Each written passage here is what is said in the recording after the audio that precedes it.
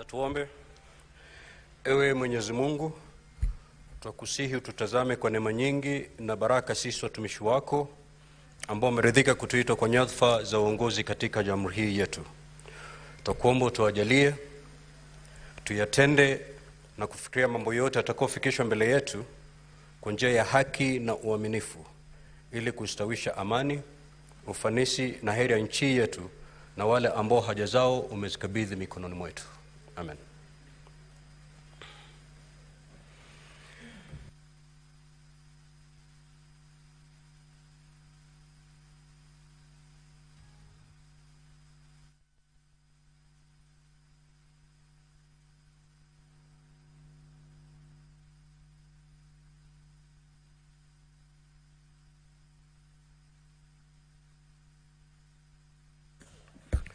Clerk, do you have quorum?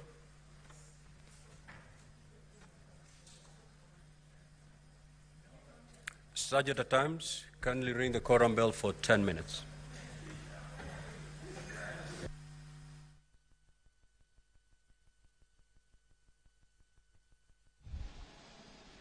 If you're just joining us, the Speaker of the Senate has ordered the quorum bell to be rung for 10 minutes.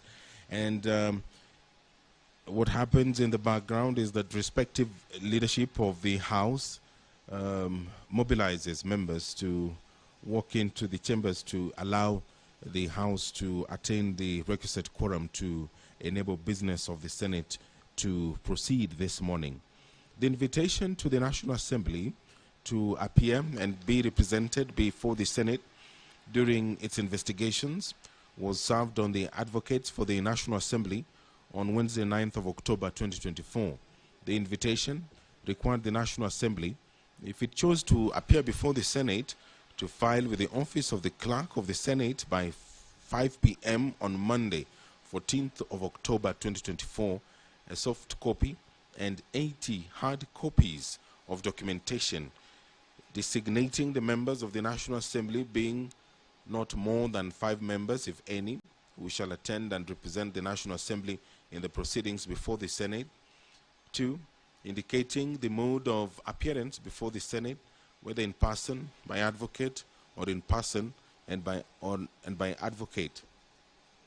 3, indicating the names and addresses of the persons to be called as witnesses, if any, and witness statements containing a summary of the evidence to be presented by such witnesses before the Senate. And finally, specifying any other evidence to be relied on. The invitation to appear and the affidavit of service is contained in the documents that the senators will be given for their perusal as they consider the impeachment motion that was filed against the Deputy President. Now, on Monday, 14th of October 2024, the Office of the Clerk of the Senate received a response to the invitation to appear by way of a letter dated 14th of October 2024 from the Clerk of the National Assembly, informing the Speaker of the Senate that the National Assembly would appear before the Senate in person and by advocate. The following members of Parliament had been designated to attend and represent the National Assembly in the proceedings. 1, Honorable Dr. Otiende Amolo, Honorable George Murugana, Honorable Samuel Chepkonga, Honorable John Makali, Honorable Zamzam Mohammed. The team of advocates representing the National Assembly are as follows: Honorable James Orengo, who is the lead counsel, Mr. Paul Nyamodi, Mr. Gumbo Eric, Kipkogei Moses Kipkemoi, Mudomi Thiankolu, Peter Wanyama. Take your seats, honorable senators. I'm informed we do have quorum now, so we'll proceed with our session. Clerk, proceed to call the first order, please.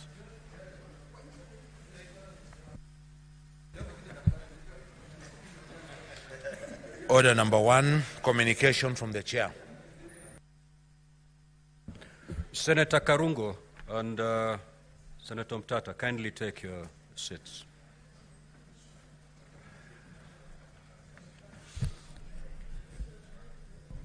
Now, honorable senators, I have a communication to make relating to the business of the Senate, as scheduled for consideration during this very solemn sitting. You will recall that at a sitting of the Senate held on Wednesday, the 9th of October 2024, I appointed today, Wednesday, the 16th of October, and tomorrow, Thursday, the 17th of October 2024, as the days when the Senate will hear the charges and investigate the proposed removal from office by impeachment of His Excellency Rigathi Gachagua, EGH, the Deputy President of the Republic of Kenya. Now, honorable senators will also recall that at a sitting of the Senate held on Wednesday, the 9th of October 2024, a procedural motion for the alteration of the sitting time of the Senate for Wednesday, 16th, and Thursday, 17th of October 2024 was moved and approved to facilitate the impeachment hearing of the Deputy President of the Republic of Kenya. Subsequently, via the Gazette Notice number 13178, I notify the general public that pursuant to Article 145, subsection 3 of the Constitution and Standing Order 781 of the Senate resolved to investigate the proposed removal from office by impeachment of His Excellency Rigathi Gachagua, EGH, Deputy President of the Republic of Kenya, in plenary. Now, honorable senators, regarding the hearing and determination on the proposed removal from office by impeachment of the Deputy President, a program has been prepared and appended to today's order paper. As is the tradition, and in line with the schedule of activities for an impeachment hearing in plenary, the Senate will hold a closed-door preparatory session to deliberate on the management of the investigation. The objective of the preparatory session is to ensure that the process is conducted seamlessly, concluded timely, and in line with the requirements set out under the Constitution and the Senate standing orders. Honorable senators, during the pre-hearing, the parties, if they are present, all members of the public and the media will be expected to withdraw from the chamber and the galleries, and any form of broadcasting from the chamber shall cease forthwith. In accordance with the program for the impeachment hearing, the open session will commence at exactly 10 a.m. Consequently, I now direct all members of the public and the media to withdraw from the chamber and the galleries, and any form of broadcast from the chamber to cease forthwith. Kindly be guided accordingly. Thank you.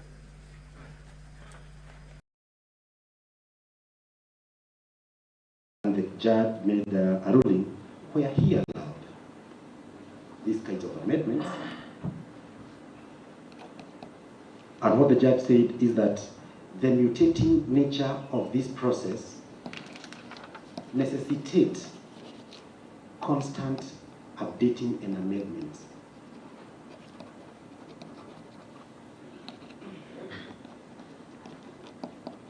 So this is not one of those cases where facts exist and they don't change. They change every day.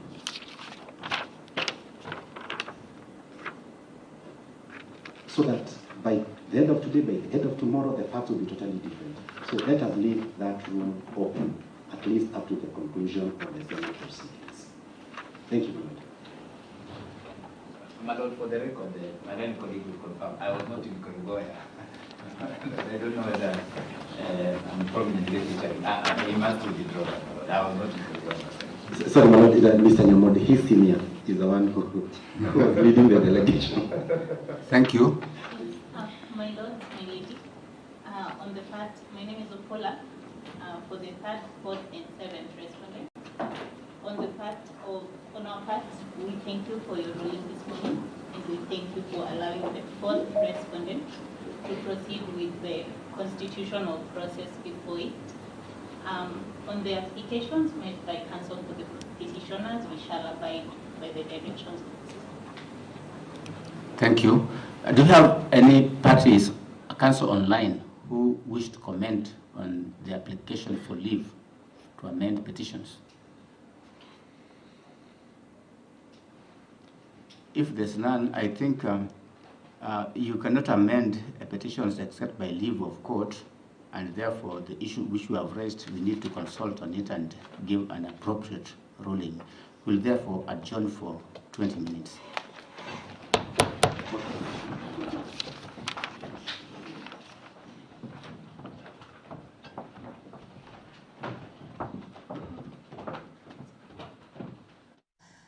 And that is news just in. A three-judge bench of the High Court declines to stop the impeachment trial against Deputy President Rigathi Gachagua. The judges, including led by presiding judge Eric Ogolla, Anthony Mrima, and Frida Mugambi, have been deliberating the consolidated petitions seeking to stop the impeachment motion against Deputy President Rigathi Gachagua. The three-judge bench there terming the applications as premature and anticipatory, and saying the petition can proceed unhindered in the Senate, which is already in the House in Parliament, ready to debate this ouster trial against the Deputy President. The High Court there also once again pronouncing itself on the issue of separation of powers, as had been done by the courts previously. But we've also seen Justice Eric Ogolla saying that the court can still offer remedy after